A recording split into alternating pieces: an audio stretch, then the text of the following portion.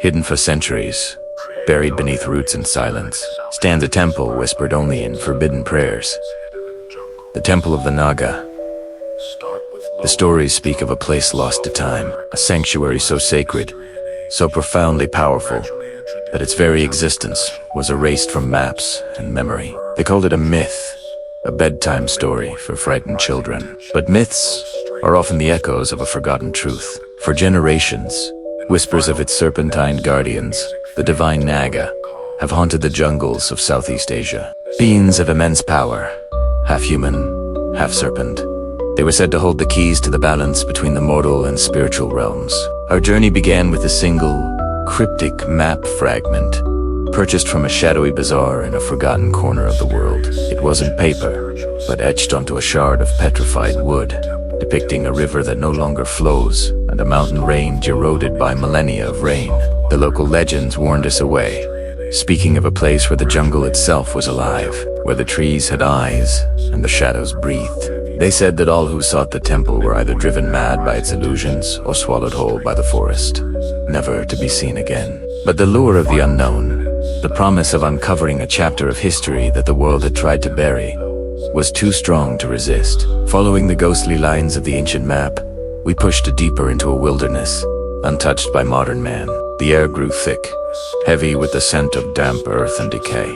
Strange, chittering sounds echoed from the canopy above, and colossal roots, gnarled like the fingers of ancient giants, blocked our path at every turn. It felt as if we had stepped through a veil into another time, a primal world where humanity was merely a guest, and an unwelcome one at that. After weeks of relentless searching, when our hope had nearly dwindled, we saw it. Through a curtain of hanging vines, a structure emerged from the Mista stone spire, carved in the likeness of a coiling serpent, its head crowned with a headdress of forgotten kings. We had found the impossible. The forgotten temple was real. They say this temple was sealed by monks who feared what lay within a power too divine and too dangerous for mortal hands. The entrance wasn't merely closed. It was magically bound. Ancient texts, found in monasteries miles away, describe a ritual of sealing performed by 100 monks, chanting for 100 days and nights. They believed the Naga's influence had grown too potent, that their connection to the celestial planes was beginning to warp the fabric of our own reality. The temple wasn't a place of worship anymore. It had become a gateway, a conduit of untamable energy that threatened to spill into the world. The massive stone doors, each weighing dozens of tons, are covered in intricate reliefs. They don't depict scenes of peaceful worship, but of cosmic struggle. Serpents battling celestial demons, figures ascending into starlit vortices, and a central Naga figure whose eyes seem to follow us, filled with a sorrowful wisdom. There are no handles, no hinges, no visible way to open them. It's as if the mountain itself was commanded to close a wound in its side. As our torches flickered against the cold stone, a strange, low hum emanated from the reliefs, a vibration that resonated deep in our bones. Mist, thick and unnaturally cold, crept from the cracks at the base of the doors, swirling around our feet like spectral guardians. This place wasn't just abandoned, it was imprisoned. The monks hadn't just locked a door, they had attempted to chain a god, carved into every wall the same pattern. The Same eyes. Each symbol pulses with a faint, otherworldly energy. As if watching, waiting for something. Or someone. As we ventured deeper into the temple's antechambers, the air became charged, electorate. The runes weren't merely decorations, they were a language of power. Scholars of dead languages have identified them as a precursor to ancient Sanskrit, a protoscript known only as Sarblipi. The serpent's tongue. According to the fragmentary texts we've managed to translate, these sigils are not just words, but living incantations.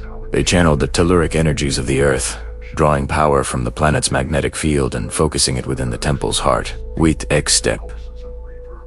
The symbols seemed to react to our presence. A soft, jade-colored light began to pulse from the carvings, flowing through the channels in the stone like blood through veins. The pattern was hypnotic, a spiraling fractal that drew the eye inward, towards a central point in every chamber. It felt as if the temple itself was a single, conscious entity, its walls, a nervous system, and these glowing runes, its synapses, firing in response to our intrusion. The explorers who first documented these chambers reported feelings of being watched, not by a physical presence, but by the very architecture around them. They described the symbols as eyes that see into your soul, a network of silent, ancient observers. What were they waiting for?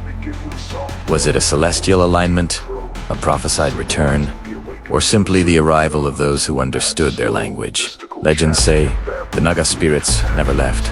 Their whispers remain within these walls, calling out to those who dare disturb their rest. The deeper we go, the more the silence of centuries is broken. Faint, ethereal chanting seems to echo from the very stones.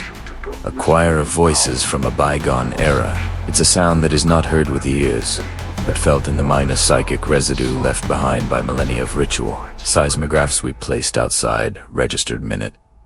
Rhythmic tremors, almost like a slow, deep heartbeat emanating from beneath the temple floor. The ancient statues of coiled serpents, their stone scales covered in moss, began to flicker with an internal, golden light. It was as if the spirits bound within them were stirring, awakened by the warmth of our torches and the vibration of our footsteps. Paranormal investigators who have studied our recordings are baffled. The electronic voice phenomena captured here are unlike any others. They are not the confused whispers of lost souls, but clear, melodic phrases in the forgotten Sarpalipi tongue. The translations are chilling. They speak not of the past, but of the future. They call out names of stars, of constellations not yet visible in our night sky. The temple is not a tomb for dead gods. It is a hibernation chamber. The echoes are not memories. They are dreams.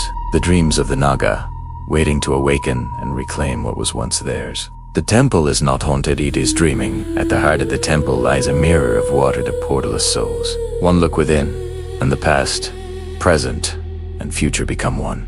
We reached the central chamber, a vast, circular cavern with a domed ceiling that mirrored the night sky, though we were deep underground. In the center lay a perfectly still pool of black water, its surface as smooth and reflective as polished obsidian.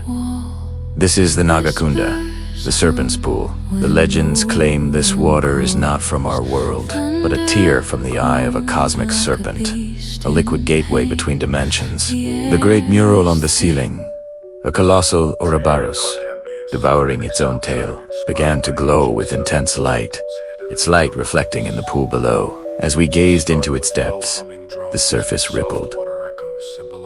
But not with our reflections. We saw vision cities of light, stars being born and dying, and the great serpentine forms of the Naga moving not through jungles, but through the black void of space. The pool showed us the truth. The Naga were not just earthly guardians. They were cosmic beings, and this temple was not a simple shrine, but an observatory, an embassy, a stargate. The revelation was overwhelming. We were not discovering a forgotten myth, but stumbling upon the cosmic secret of our own origins. The temple does not sleep. It waits for when the world forgets its gods. The gods. Remember, as the light from the mural faded, the ground began to tremble violently. The torches on the walls extinguished one by one, plunging us into an abyssal darkness. The only light remaining came from the two glowing eyes of a giant serpent statue at the far end of the chamber, its emerald gaze locking onto ours. The air grew impossibly cold, and a low, resonant hiss filled the cavern, a sound that promised ancient power and timeless hunger. The temple is alive, and we have woken it. Its purpose is not a memory, it is a promise.